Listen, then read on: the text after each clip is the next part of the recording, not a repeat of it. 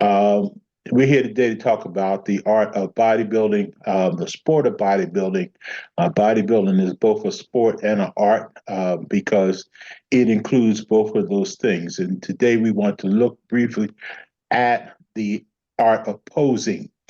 Posing being an adagio type of dance in its original form that's done on the stage to display the physique. There's good posing and there's bad posing, and then there's running across the stage. So we're going to kind of address both of those today and see what we come up with. We have two incredible panelists um, here today. They're going to introduce themselves as we go through. And I guess, Brother Phil, you want to pick it up from here? Yes, hi. My name is Philip Triple. I've been bodybuilding since 1997. So I've been in the game for a while. And one thing I have learned, actually, I learned through Dr. Brown, is that you can have the best physique in the world, but if you can't show it on stage, it don't means nothing. Somebody with inferior physique could actually beat you if you don't have the right posing routine to go along with your physique. So posing is extremely important because you got to be able to show the judges what you have. So that's why on June 22nd, we're doing a posing seminar that break down exactly each posing, how to do it, the stage presentation. And also you want to be able to pose and not look like it's hard. Judges peep that too when you're on stage and it look like it's hard for you to do things. You want to make it look like it's easy and it's simple. And that's come from practice, practice, practice. And that's what we want to show you on June 22nd, the ins and outs of posing and how to present yourself properly. Speaking of posing, practicing, how often should you practice? Every day. Every Every day? day. Yeah, every day. Because the thing about it is that you got to get your mind in tune with your body part, and that don't come Uh-huh. overnight.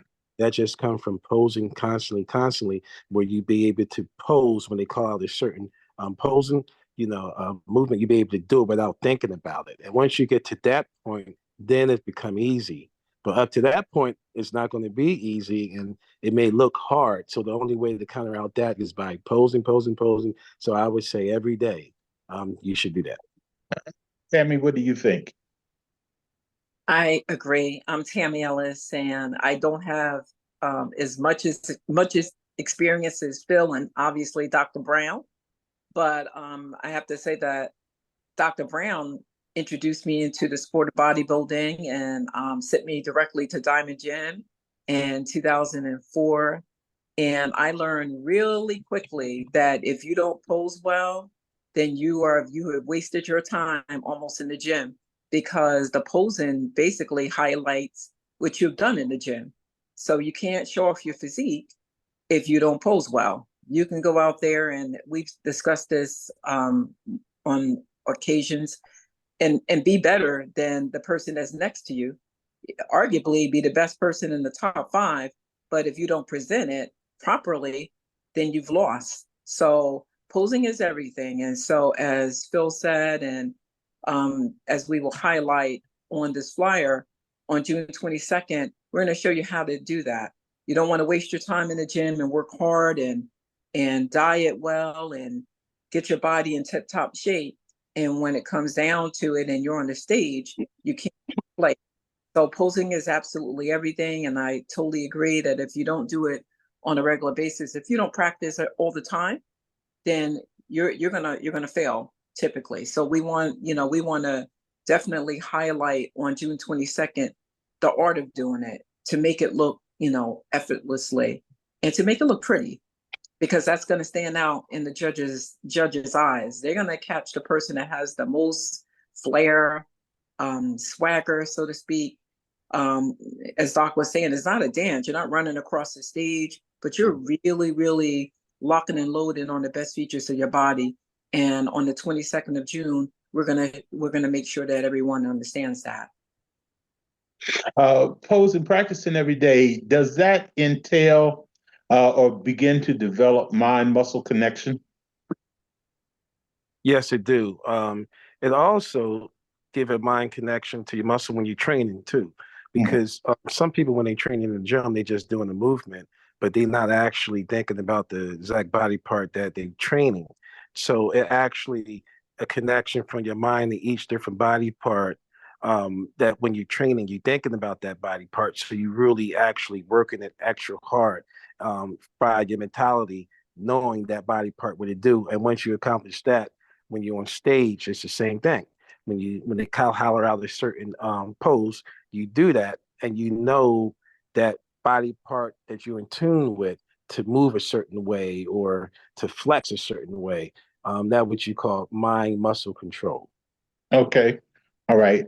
Um, Speaking of highlighting a certain pose, you just said, Phil, when the judge calls out a pose. Now, there are different poses for different categories.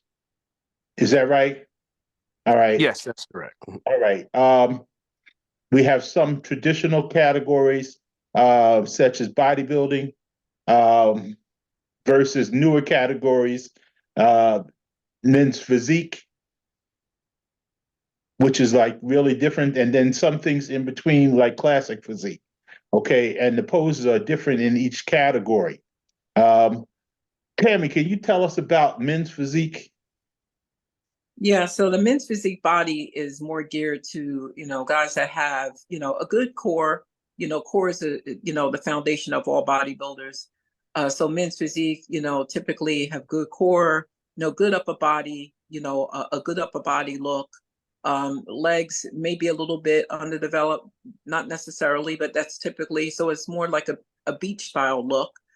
So with the posing for men's physique, they're not hitting, the mandatory front double bicep shots or, the traditional bodybuilding poses. They're just basically presenting their body, their symmetry in a front stance and a rear stance. So it's only two poses.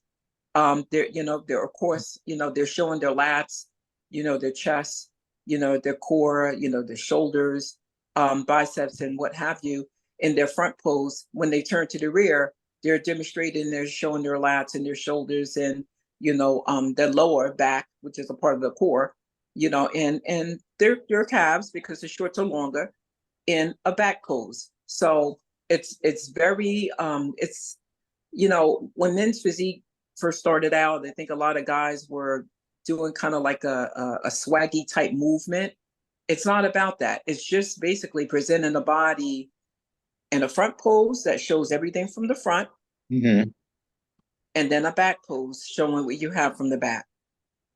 Okay, because I've been working on it and working on it, and I just seem to get that flair. So I thought you had to have all of those arm things going on, um, and a pseudo bicep shot in there.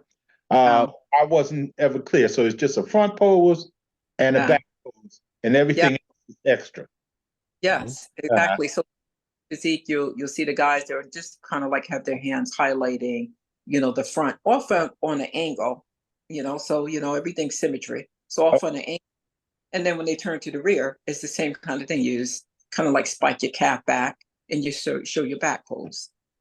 all right. Phil, tell us about bodybuilding versus physique. Well, with bodybuilding, that's overall posing. With bodybuilding, you're going to work. You're not just going to do two poses and that's it. That's why, of course, I'm a fan of bodybuilding. That's the only thing I did, and that's the only thing I know. So with bodybuilding, they basically going to call out a lot of different poses, starting off with your relaxed stance and then your quarter turns, where they just want to see you set up. And then they start, yelling different poses like front double by, lat spread, side chest. Then they turn you around, do rear double by. So you have your work cut out for you with bodybuilding. With men physique, like I said earlier, you want to practice every day, but with men physique, you really don't have to practice every day.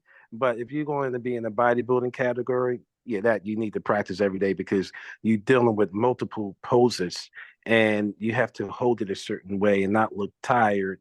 And I tell people all the time, posing is actually much harder than training itself.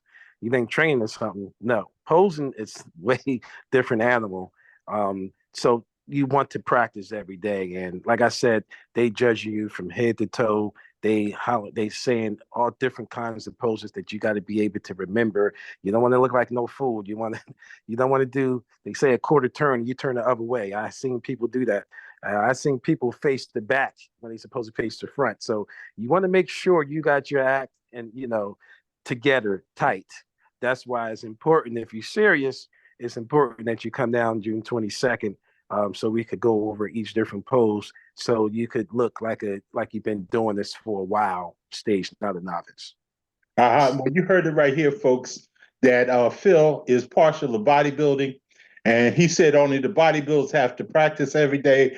But I'm going to fight him on that one and say everybody must practice every day. Yeah, that is true. That is true. Classic, and all the other categories. Tammy, real quick, does Miss Bikini have to hit a double bicep shot or a lat spread? Is that what they do? What do they do? They could if they want to, but I think that'd be a big mistake. I laugh about that because my bikini competitors, I always make them do front double bicep shots just to see what kind of muscle they develop. But obviously, for the stage, that is definitely not what they're doing. Bikini is very similar. Well, it's the female category of men's physique. They're two poses and only two poses: a front pose and a rear pose. However, with bikini, what's different from men's physique is that bikini girls do a transition that they have taken away basically from men's physique. Men's physique started out with the little flare, swagger hand thing, and that was kind of like a no-no. And so we're not, we don't have to be subjected to watching the men do this flary thing with their arm, which is great. However, with bikini, there is a transition. So there's a transition for the girls to go from that front to that rear pose, and they also do a walk. So they do a walk to get to the rear pose. So, a few steps, based on the size of the stage, they will walk, with good swagger, with sex appeal, keeping their core in and basically arch back so that you're highlighting your glutes and your hamstrings. And I call it walking in a clutch. I call it the clutch walk. I panned a thing that's called pop the clutch. So that they're popped in position where they got their hips shifted back. Of course, everything's through your lower back, and you're feeling that lower back, and you're popping your booty as you're walking. So this is where the judges, typically pick up that pen or that pencil, and they start scoring when you get to that back pose for a bikini girl. So they're watching the walk, and they're watching that back pose because now they're looking at the glutes and the hamstrings, how that ties in. And they don't judge your back. They don't judge the back of a bikini girl, but they do judge the roundness of her shoulder. So that's what what the posing is for bikini. So that walk is extremely important. Your sex appeal is important, and hitting those two shots with nice flow and transition and arm movement is important in bikini. Figure is different. Figure is, more symmetry based. So you have to have every body part in order for symmetry, just like a bodybuilder, but you're not hitting the mandatory shots. As a bodybuilder, you're standing up in your front stance and you are doing quarter turn stuff. So they want to see how you look from the front, how you look from the side, each side shot, and how you look from the rear, obviously, for figure. So those are the differences. Women's physique and bodybuilding women, they're of course they're doing what the men are doing. They're hitting those mandatory shots, those extremely important mandatory shots. So that's important. But there is also, and I'm taking a little bit more time because I have a hard stop on the camera. So let me just say this, which I think this is going to be important. The new category of wellness is important because it's similar to bikini, but it's like bikini girls with a bit more, volume downstairs. So bigger legs, tighter, bigger glutes, perhaps, and kind of like the same swagger as Bikini, you know, a bit more, it looks a bit more sexier because they got, you know, more bang for the buck at the bottom. Hey, I think that might be one of my favorite categories, actually. We knew that. Knew that, Phil. Right. So I consider, and me too, I really feel that wellness is the best of both worlds because, of course, you have the muscle, you have more muscle in wellness than you would in Bikini, all the way around. Up top, you don't have to be big up top, though. So it's more, if you look at it, it's a little bit as described by someone that's been a master in the sport. He described it as a category that symmetry doesn't matter because you're smaller up top than you are at the bottom. So you're almost a bit, you know, bottom heavy for wellness. yes. Also, Yeah. I want to interject on the wellness category. Also, it's to help a lot of ladies because before the wellness category came out, it was females that was in the gym training that looked great. It just that they had a little bit more things going on down below. So if they was going to do bodybuilding, they would have to sacrifice so much weight to come down to Yep. get that really crisp hard. It just wasn't worth it. Mhm. And it would mess lots of time would mess up the whole symmetry and everything. It was too much as a sacrifice. So that category is for a lot of ladies that's in shape, but still have to come down so much to be crisp. With this, they don't have to. They just can show how great shape they are and still keep certain things down below, so they Right. don't have to make that sacrifice. You know, I Yeah. think it's a name they call girls like that. I can't think of it, but it's a certain name that these girls call themselves. That's actually thick, fit chick. That's what they call themselves, thick, fit chick. You Okay. Okay. know, so that's basically category for ladies like that. Okay. Mhm. Mhm. All right. Well, folks, you've heard it right here today. Um, we want to see you on June 22nd at 457 Roxborough Avenue in the beautiful city of Philadelphia.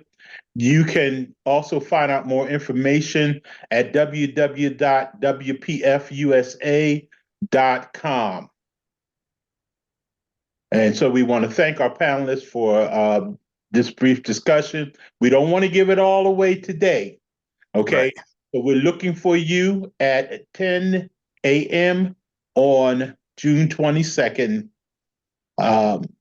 2024 at 457 Roxborough Avenue in the city of Philadelphia. Thanks very much. We'll see you then.